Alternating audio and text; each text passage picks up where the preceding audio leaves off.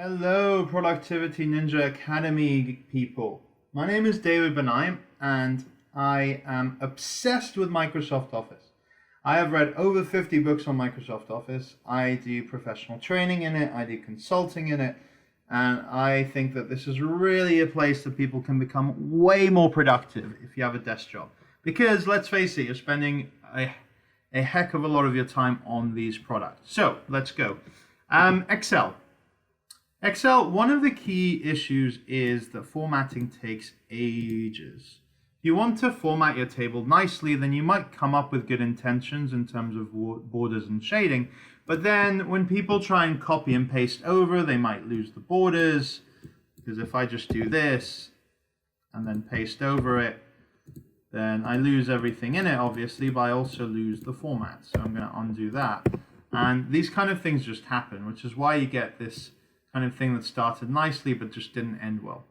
Basically, these things are just not very, very useful. It's not the way that Excel wants you to do it. So what I'm going to do is I'm going to clear the borders, no borders, clear the highlighting, make it non-bold, all of it. And now I've got no formatting at all. And then we're going to use one of my favorite features in Excel, which is really underused. Select your data. And it's good to have continuous data with no blank rows or columns. Then go to Insert and choose Table. A lot of people have never clicked on this. In fact, 99% of Excel users have never clicked on this. But it is something that is without a doubt one of Excel's strongest features. Whereas the data, okay, my table has headers, make sure that's ticked, press OK. It gives you this nice format. And then in the Design tab, you have lots of formats to choose from. So if you just want that one, if you want a simpler style, it's a lot easier to get around. And if you don't like these exact same structures, you can untick banded rows, you can choose banded columns, you can choose it to format the first column differently, etc. So these are ways that you can play with it. It's a lot like the table commands in Word or PowerPoint, actually. But if only the magic was there, that would be amazing. But no, the magic gets even better. If you add a new column, all the formatting comes across exactly as it should be. If you add a new row, all the formatting comes down. Everything kind of comes down like that as well. I'm going to undo that, and we'll come back to it afterwards. So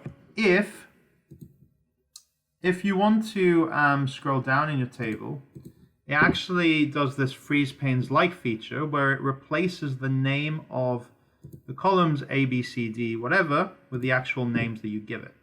So it does this automatic freeze panes-like thing. You don't have to do anything other than make it into a super table. Other things that it does, which is great, is that it works differently with formulas. So here we've got our billable amount and our cost amount. Our cost amount is just equal to hours times cost here. I press enter and watch what happens. The formula automatically comes down. If I didn't want that, I have this lightning thing where I can do undo, or I can press Ctrl Z to undo, and it keeps the formula there but just undoes all the others. I'm going to keep it for now. And the other thing I'm going to show you is what it's called these things. So it's done equals at hours times cost rate. So whereas the normal Excel would look something like this, equals C5 times H5, if you're in a super table and you work with the current row, it actually calls it by the name of the column. And if I call this cost, it will change name accordingly. You don't have to worry about the symbols, what they mean, because it does it automatically. But it's really, really great. It also means you can do things on an entire column. So if here I do equals the sum of this, it actually calls it table 2 because I haven't named my table, and then billable amount like that. So it knows that. And the other thing that's amazing about these things is that they are automatically expanding. So right now I created a formula here and up here. If I add a new row, so let's call it business, let's give it a $4 over 4 hours, and our cost is 70. When I press enter, this is going to automatically go up because now the way, oh no, that's a different one. Here we go, there.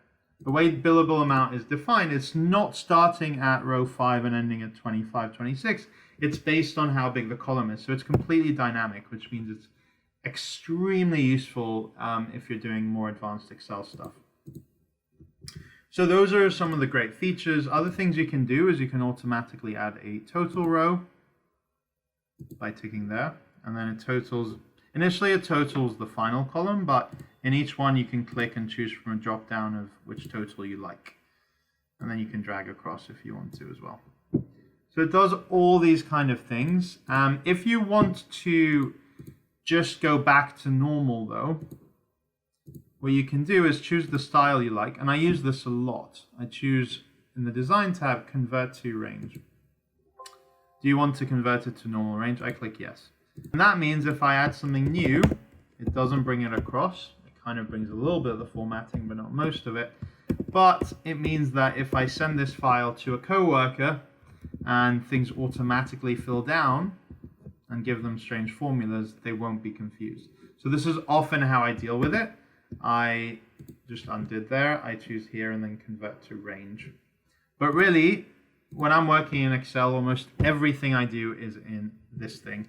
And because Excel calls it a table, I believe that no one uses it because everyone's already like, hey, why do I need to insert a table? My data is already in a table. So I actually call this a super table.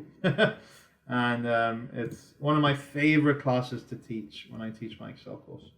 So thank you for watching. I hope you enjoy that tip.